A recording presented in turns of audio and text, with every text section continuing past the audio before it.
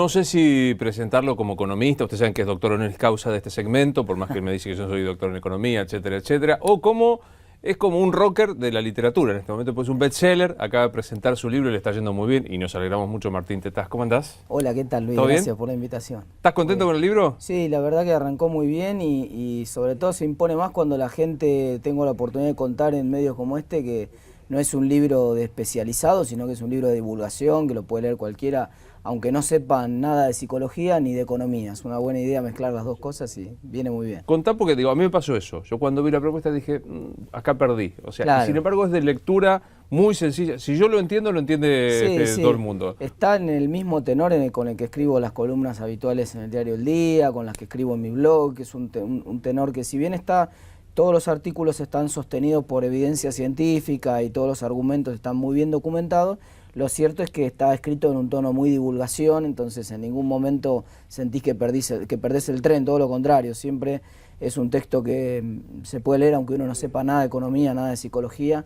Lo único que necesitas es tener ganas de ver qué queda cuando mezclas esas dos cosas, ¿no? O sea, ¿y qué queda? Después de haberlo escrito, haber estudiado, de haberte especializado. Y queda un consumidor mucho más, queda el Homo sapiens sapiens, digamos, claro. ¿no? Los economistas siempre hablaban o creían que había un Homo economicus, alguna especie distinta que habitaba las pampas argentinas y que en realidad lo cierto es que no, que hay un Homo sapiens sapiens que tiene un montón de sesgos en su razonamiento, un montón de errores sistemáticos, aspectos emocionales que priman muchas veces en las decisiones que tomamos el día a día y la razón que muchas veces entra solamente para justificar lo que la emoción decidió antes.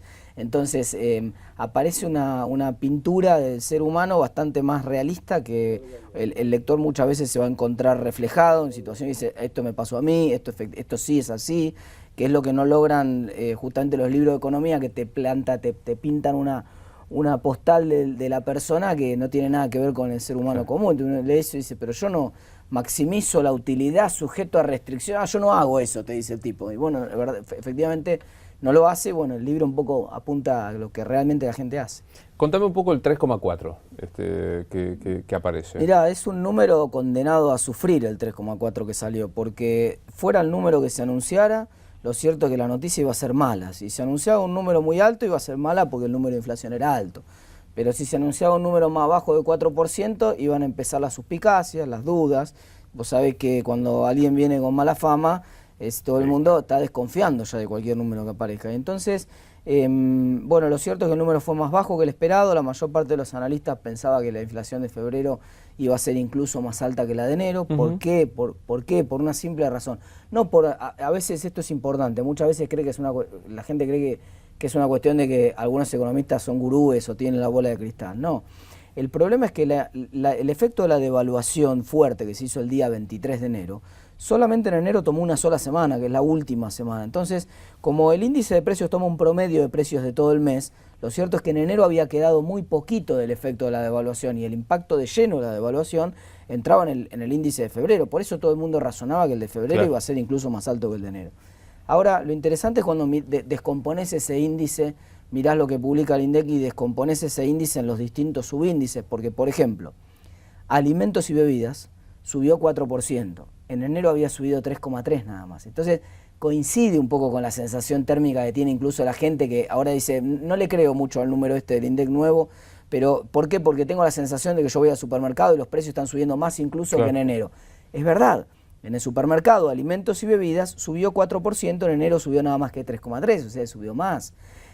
Rubro, por ejemplo, equipamiento del hogar, que es un rubro donde le está pegando de lleno la inflación. Lo tengo acá, equipamiento y mantenimiento del hogar, 4,8%, subió más también. Claro, mucho más que el 3,4 promedio. Que el 3,4 promedio. Entonces, eso coincide con la sensación térmica de la gente que ve que en las casas donde va a comprar electrodomésticos, ese tipo de cosas, los precios subieron. Ahora, ¿por qué dio entonces 3,4? ¿Por qué dio más bajo? Porque hay algunos aspectos estacionales que lo empujan para abajo. Por ejemplo, el rubro esparcimiento. El rubro esparcimiento da prácticamente nada. Mira, esparcimiento terminó dando 2% nada más, casi la mitad. ¿Por qué? Porque en febrero obviamente los precios en todos los centros turísticos bajan en comparación con los precios estacional. Es un factor estacional. ¿Por qué dio, por ejemplo, vestimentas, indumentaria, dio 1,4 nada más? Mirá qué bajito que dio. ¿Por qué? Porque vestimentas también tiene una cuestión estacional, se está liquidando la temporada de verano. Y para eso basta mirar el desagregado todavía producto por producto más fino que tiene el INDEC y vos mirás que en el gran rubro Textiles se diferencia entre, por ejemplo, ropa interior y ropa exterior. Entonces la ropa interior sube al 6%. ¿Por qué? Porque ropa interior no tiene un problema de estacionalidad. El corpiño se usa en enero, en febrero y marzo, digamos. Sí, claro. No hay ningún problema de estacionalidad. En cambio, la ropa exterior sí se va liquidando en los distintos momentos y la ropa. Entonces, ropa interior subió 6%, ropa exterior nada, o 1%, muy poquito. Claro, entonces, ¿qué pasó? Hay un efecto de estacionalidad muy fuerte que está haciendo bajar también textiles. Entonces, eso lo que nos dice es guarda porque la inflación en supermercados sigue muy alta, es importante, hay que resolverlo. Y estos temas estacionales se pasan en algún momento. Febrero es un mes bueno estacionalmente, pero en marzo se acaba el viento a favor. Y hay también algunos datos que pegan muy de lleno en el que puede hacerlo, que es el gasto de salud, 6%. Si no me equivoco, 6%, ¿no? Exactamente. Ese es el dato de salud acá, mientras abrimos la tecnología. Salud, atención médica y gasto para salud, 6%. Claro, es un dato alto que acumulado creo que era también un 6%. Ese es un dato altísimo, 5,8 dio el mes pasado, también son un dato 12%. Muy alto, 12%, y la preocupación de fondo, más allá de ahora que digamos, tenemos más claro por qué fue 3,4, y es que los precios siguen acelerándose en el supermercado. Cuando vos mirás inflacionverdadera.com, por ejemplo, que revisa precios de supermercado todos los días, están creciendo la primera semana de marzo al 6% los precios en supermercados. O sea que los precios en supermercados siguen acelerándose, con lo cual marzo va a venir con un efecto arrastre por lo menos, y yo te diría que difícilmente baje del 3% marzo entre el arrastre que tiene estadístico y lo que vienen subiendo los precios en el supermercado. Entonces, no coincidís con esto que decía, ayer lo escuchaba Kicillof cuando planteaba, decía que para ellos ya se han estabilizado, se han amesetado, no parece. No, la prueba del millón es que alimentos y bebidas creció más de lo que había crecido en el mes anterior. Claro. Y de hecho, cuando yo te digo, cuando vos mirás día por día la evolución del índice de precios en el supermercado, en los supermercados los precios están acelerando, no frenando. Entonces eso es un punto para tener en cuenta con mucho cuidado, porque encima está entrampado el gobierno en una situación en la cual no puede hacer que el dólar acompañe lo que están subiendo los precios. Ya desde que devaluaron prácticamente tenemos un 7% de inflación acumulada desde el 23 de enero que se hizo la devaluación. Entonces, ¿qué quiere decir? 7 por 8, 56. Es fácil la cuenta. O sea que un dólar que salía 8 pesos tendría que salir 8,56 en estos momentos si el dólar hubiera acompañado la evolución de la inflación. No, sigue saliendo 7,90, 8 pesos. O sea, se empieza a acumular de a poquito atraso cambiario otra vez.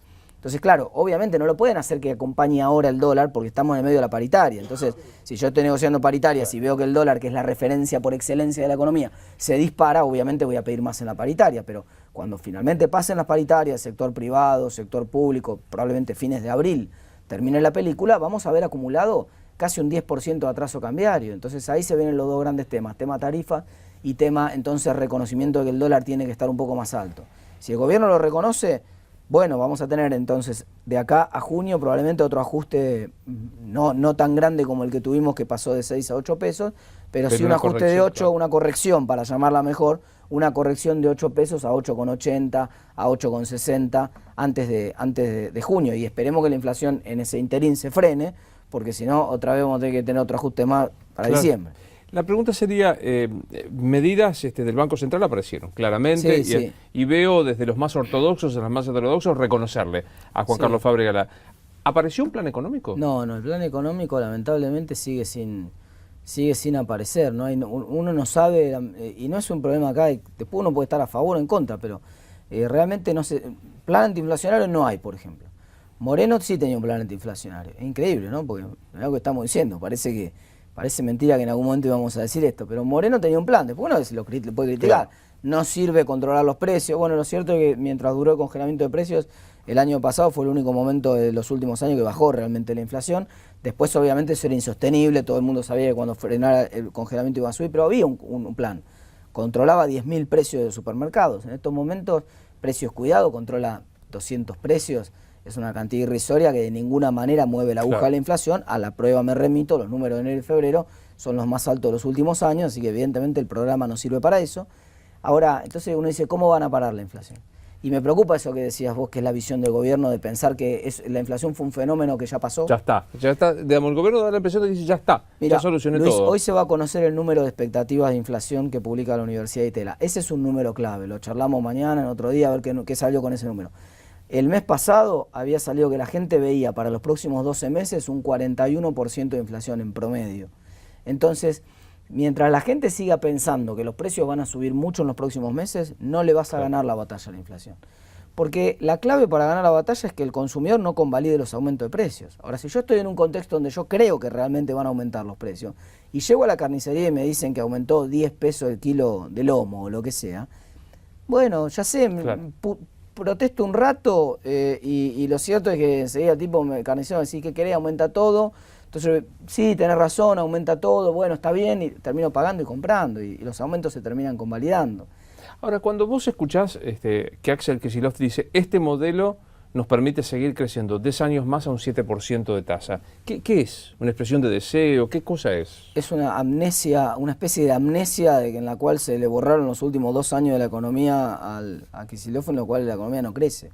La economía claramente no está creciendo, está estancada. La discusión ahora es si ya entramos en recesión técnica, o sea, si empezó a caer el PBI directamente. Eso es lo que se está discutiendo ahora, pero nadie en su sano juicio está viendo la economía crecer. Digamos, no hay ningún dato que abone la hipótesis de que la economía crece. El sector industrial, incluso con los propios números del INDEC, se contrajo prácticamente casi un 5%. Entonces, estamos viendo números que indican que ese modelo ya no sirve más para crecer, o sea que ese argumento no corre. Me da la impresión que ahí se transforma más en un político que en un economista, o sea, es casi como una discusión no técnica, cuando dice esto Kicillof, como para apuntalar una convicción política, pero no se basa en datos económicos, si no sería grave la claro, equivocación, ¿no? No, obviamente, si a vos te toca ser ministro de Economía, vos sos consciente de la importancia que tienen las expectativas en los agentes económicos y en la economía, vos tratás de apuntalar esas expectativas y de pintar un panorama claro, un poco mejor que el que estamos viviendo. Ahora, vos podés obviamente convencer a la gente en la medida de que lo que vos querés pintar más o menos es una especie de Photoshop de la realidad, pero no se aleja mucho. Es decir, yo no puedo hacer que Betty la Fea se parezca a Valeria Massa. Yo puedo hacer que Valeria Massa se parezca a 2 o 3 años menos con el Photoshop, sí.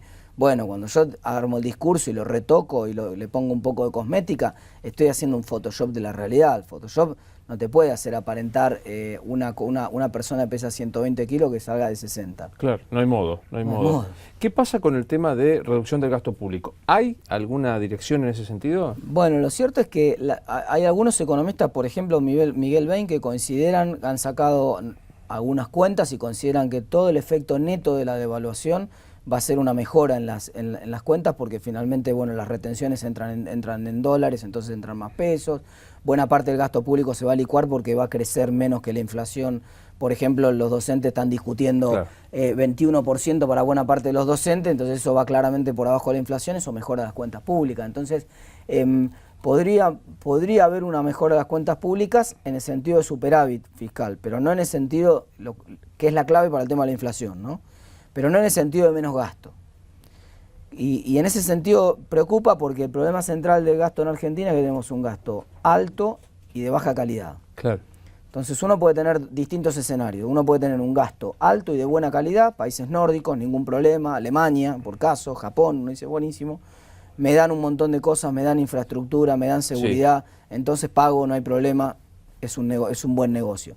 O vos podés tener otro extremo, gasto de mala calidad, pero sí, es bajo, entonces la gente puede financiar con su propio presupuesto la educación privada, sí, puede financiar la salud privada. Ahora, cuando vos te arrancan la cabeza con los impuestos por un lado y después encima tenés que ir a pagarte la claro, salud privada, la educación privada y la seguridad privada, estamos en el peor de los mundos. Este anuncio de que se van a retirar algunos subsidios, no al transporte, pero sí a los servicios, ¿va en alguna dirección positiva? Sí, claro, va en la dirección de tener que reducir drásticamente esos 150.000 millones de pesos de déficit fiscal con los cuales se cerró prácticamente el año pasado. Entonces, lo que entra en discusión es cómo se va a hacer. Cómo se va a hacer por razones inflacionarias y cómo se va a hacer por razones de expectativas, porque obviamente en algunos hogares se va a sentir mucho. Entonces, el gobierno puede tomar algunas herramientas de economía de comportamiento, hacer ese cambio de manera gradual y hacerlo, además separarlo, las facturas que están viniendo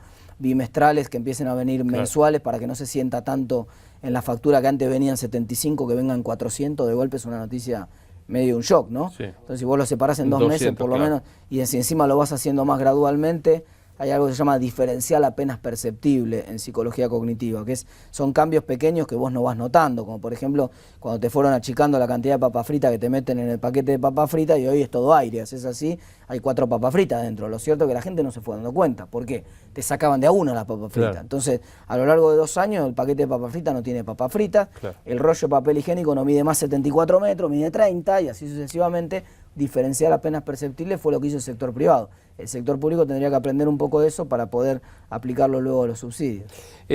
Panorama para, en medio que empezamos, digo, docentes es lo más crítico, pero estamos en paritarias. Digo, metalúrgico está empezando ahora. Panorama frente a esto, digamos, de no acordarse una cifra, me acuerdo cuando empezaron las discusiones paritarias, techo 18%, hoy estamos casi en el doble. Lo que pasa es que ahí estás de vuelta en un problema, en una encerrona de esas difíciles de resolver, porque si vos arreglás niveles de recomposición salarial que tengan que ver con la inflación que se espera, en el orden del 35-36% para la mayor parte de los analistas, yo creo que inclusive puede ser un poquito más, si vos arreglás ese nivel de recomposición salarial, eso genera por supuesto un problema de inflación circular, porque lo que van a hacer los empresarios luego, sobre todo el sector privado, es trasladarlo después a precio. Entonces, claramente. Eso es un problema difícil de resolver. Ahora, si vos por otro lado no generás esa recomposición salarial, entonces cae mucho el salario real de los trabajadores y eso va a repercutir en menores niveles de consumo, más contracción de la actividad económica. O sea que realmente es muy complejo el panorama por ese lado, salvo que el gobierno logre convencer a todos los agentes económicos de que vamos hacia un escenario de menor inflación. Para eso hay que cambiar el chip de las expectativas. Pero el chip no se cambia diciéndole a la gente, bueno, ahora va a bajar la inflación. Son hechos concretos. El chip se cambia poniendo metas. Si el gobierno dijera con un número concreto, dijera a la gente, miren, estamos trabajando para que marzo, la inflación de marzo dé por abajo del 3%, de 2,8. Y vos aparece marzo y da 2,8, 2,7. Y la gente dice, entonces parece que lo que me están diciendo lo puedo creer. Entonces vos decís para abril, estamos trabajando para que abril sea 2,2. Y viene abril y es 2,1, 2,2, 2,3. Entonces ya el gobierno con el propio anuncio baja la inflación. Claro. Porque al decir, si tiene credibilidad ese anuncio, con el propio anuncio decir, estamos trabajando para que en junio sea abajo de 1,5. La gente dice, entonces no tiene sentido seguir remarcando por las dudas, no tiene sentido convalidar aumento de precio porque vamos a un escenario de menor inflación. Ojalá que así sea. Recordemos que el doctor honoris causa de este segmento, Martín Tetaz, tiene su libro. Recordame el nombre editorial para la gente que quiera encontrarlo, que vayan, porque sé que hay distribución con mucho, ¿no? Psychonomics, la economía está en tu mente, es el nombre del libro. Edita Ediciones B, está en todo el país, en cualquier librería grande de todo el país está el libro. Hubo algún problema ahora porque hubo mucha demanda en los primeros días que salió el libro, entonces algunos tuvieron que reponer. No pierdan la paciencia, anótense en la lista que se están armando en la librería, que estamos reponiendo seguramente segunda edición muy pronto. Qué bueno, te felicito, gracias. Bueno, te agradezco. Pequeña pausa, hacemos un intervalo y vamos a hablar del tema docente. Sigue muy compleja la situación.